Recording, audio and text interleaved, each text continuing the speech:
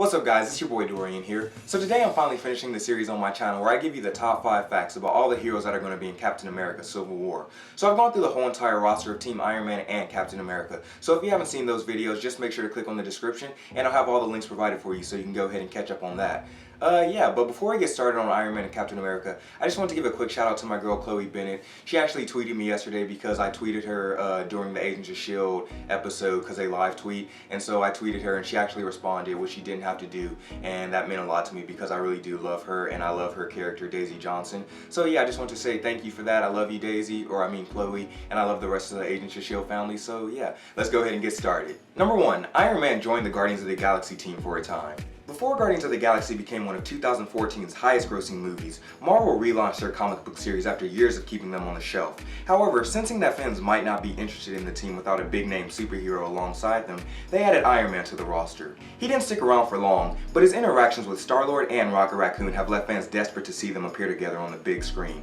And the good news is that Chris Pratt was actually confirmed to be in Avengers Infinity War, so we should get some of that Star-Lord and Tony Stark interaction, which is going to be pretty badass because Chris Pratt and Robert Downey Jr. are hilarious and sarcastic in their own way. So yeah, I can't wait to see that, even though Avengers Infinity Wars doesn't come out till 2020 I believe, but I'll be a grown-ass man by then. I'll be like 24 or 25, but yeah, I'm still gonna see that movie because I will always support Marvel movies. I will always support superhero movies, so yeah, I wish they would have done it sooner, but yeah, I'll be 25, but I mean, age doesn't really matter unless you're in a relationship, then age does matter. That definitely matters. I don't know why I even said that. That had nothing to do with this video. Let's move on. Number 2, Captain America fought Batman. Depending on the writer, Captain America is either portrayed as being slightly superpowered or just at the very peak of physical fitness. Either way, when it comes to finding his equal, look no further than Batman himself. When the heroes met during a rare Marvel DC crossover, they had a very brief battle and decided that they were evenly matched. Batman, the guy who did take down Superman, remember that, did acknowledge the fact that Cap could probably beat him in combat given enough time, but the two just ended up calling it quits and decided to work together to fight crime, which pretty much happens in any superhero story that involves two different superheroes that aren't familiar with each other. But yeah, and this is Captain America's video and I don't want to like crap on him or anything, but Batman would take down Captain America easy. Like if he can take down Superman, if he can take down Darkseid, he can take down Captain America. And I'm not trying to, no disrespect to Captain America, but yeah, Batman, no competition. Come on, bro. Come on, bro. Number 3, Tom Cruise nearly played Iron Man. Iron Man is a movie which kicked off the Marvel Cinematic Universe, but it was far from the first attempt to bring the B-list character to the big screen.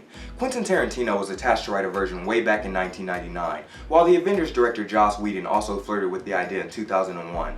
Somewhere along the line though, Tom Cruise made it clear that he was interested in the role, and Paramount Pictures were keen to move ahead with him playing Tony Stark. It never happened though, and the other actors who have pushed or been considered for the role included Nicolas Cage, Timothy Olyphant, and Clive Owen. And no disrespect to those actors, but I'm so glad Robert Downey Jr. got that role because Robert Downey Jr. is a living epitome of Tony Stark. Like, he just is that character, so I don't think, I'm like, Tom Cruise kills it in Mission Impossible, so no disrespect to him, like he's a great actor I guess, but yeah, Robert Downey Jr. is Iron Man and he will forever be Iron Man in the history of Iron Mans that will be in Iron Man existence. Yeah. Number 4, Captain America was not an original member of the Avengers. Despite the way many of the adaptations portray the story, the original Avengers lineup didn't include Captain America. The team actually found him buried in the ice in the 4th issue of the Avengers comics in 1964. The actual founding members were Thor, Ant-Man, Wasp, Iron Man, and the Hulk. Captain America joined the team in Hulk's place after he left because of the others' reaction to his uncontrollable powers. But Cap soon received retroactive founding member status and was the only original member to stay on the roster when it changed soon after to include Hawkeye, Quicksilver, and Scarlet Witch. Number 5, Disney doesn't want you to know that he's an alcoholic.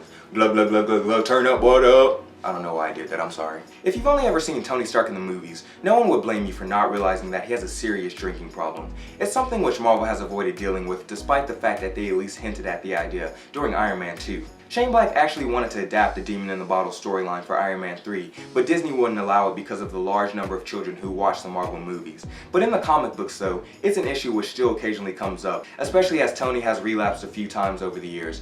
And I respect Disney for not wanting to show or promote alcoholism in their movies, but I think that's something that they need to dive into a little bit more because that is a part of Tony Stark's character and that's something that he's dealt with and stuck with him over his years, so yeah. Number 6, Captain America's shield wasn't always a vibranium frisbee. Cap's original weapon of choice was a triangular shield with stars and stripes on it. However, MJL magazines, which would eventually become Archie Comics, already had their own patriotic superhero called the Shield, and Cap's weapon strongly resembled the symbol on the character's chest. So Simon and Kirby immediately created the second shield for issue number 2, and that's a shield we recognize to this day. The vibranium frisbee that defies all sense of physics.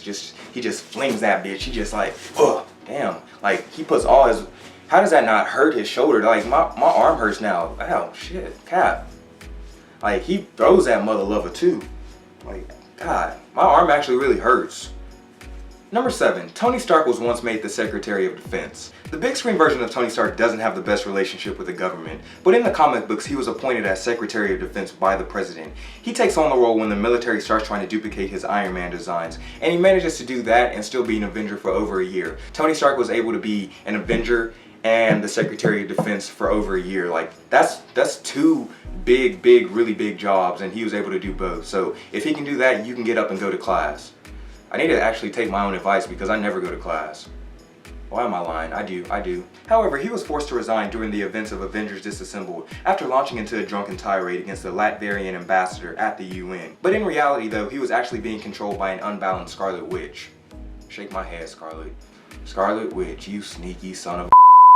Number 8, Captain America is worthy of lifting Thor's hammer. In Avengers Age of Ultron, Rogers was only able to make the hammer budge just a little bit, but there's actually proof that Rogers is worthy of lifting Thor's hammer Mjolnir, which happened in 1988 when he was going by the identity of the Captain, and afterwards he handed it back to Thor just like the gentleman he is. And by doing this, he joins the companies such as Jane Foster, Beta Ray Bill, and Thunderstrike. And it'd be so sick if he actually lifted the hammer in the MCU, but I doubt we'll ever see that because I think the wow factor of somebody besides Thor picking up the hammer went to Vision when he picked it up the first time and was like, okay, we must go, and everybody was like, what the shit, what is going on here? And then the next time when he hit the hell out of Ultron with that, he was like a baseball bat. He was like bam, he was like bam bam. He didn't actually make that noise, but he put all his might into that hammer. So I respect you, Vish. You cool, Vish. Number 9, there's actually an Iron Lantern. During one of the rare crossovers between Marvel and DC Comics, their characters were combined to make new ones who borrowed elements from 2 different superheroes. That led to the creation of Hal Stark, the billionaire owner of Stark Aircrafts. Badly injured in a flight simulator, he used pieces of alien technology from a nearby crash landing to build a suit of armor, which would save his life. The twist was that it was powered by a lantern-like battery, which then gave him the ability to create constructs just like the Green Lantern. And I mean, I wouldn't mind seeing something like this in the MCU one day. If they ever need a story, if they ever get tired, like way down the line, like maybe in 2050 or something like that, they need to do like a special crossover event where they combine all the heroes. That'd be pretty sick. Iron Lantern. Imagine Robert Downey Jr. and what's his name? Ryan Reynolds. Ryan Reynolds combining them two and making the Iron Lantern. That'd be pretty sick. It'd be pretty funny also. Make it happen, Marvel and DC. Go! And number 10, Captain America series introduced Marvel's first African-American superhero. There had been black superheroes before the Falcon was introduced in the pages of Captain America number 117, but Sam Wilson was actually Marvel's first ever African-American superhero.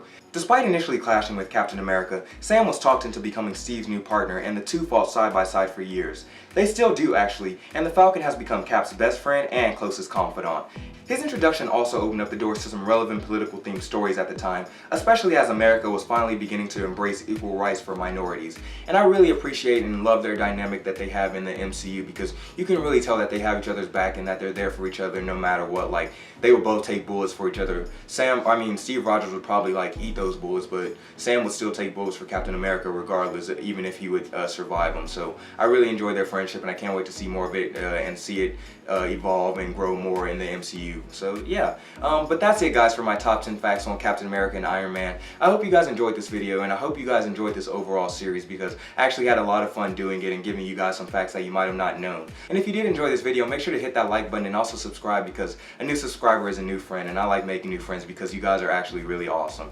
Well, most of you, some of you, but I mean, I love all of you, no matter what. But yeah, like and subscribe, and I'm actually starting a new series on my channel. My next video will be an X-Men series because since that's the next movie coming up, I'm going to do something similar with the top 10 facts, but just change it up with the mutants. So yeah, I'll see you guys on Friday, I think, with the new video. It should be Psylocke and Angel. That's going to be my 2 top mutants I'm going to start off with. And yeah, I'll see you guys later on this week. Love you guys, and yeah, peace out, dude.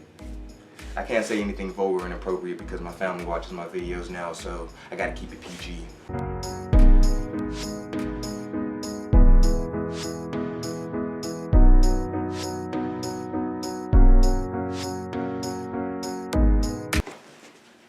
Oh wait, oh yeah, but look at these shorts before I leave. Look at these shorts. Look at them, they're pretty awesome, right? Look at this, it's lit. Damn, I could be a shorts model. Look at that, it's lit.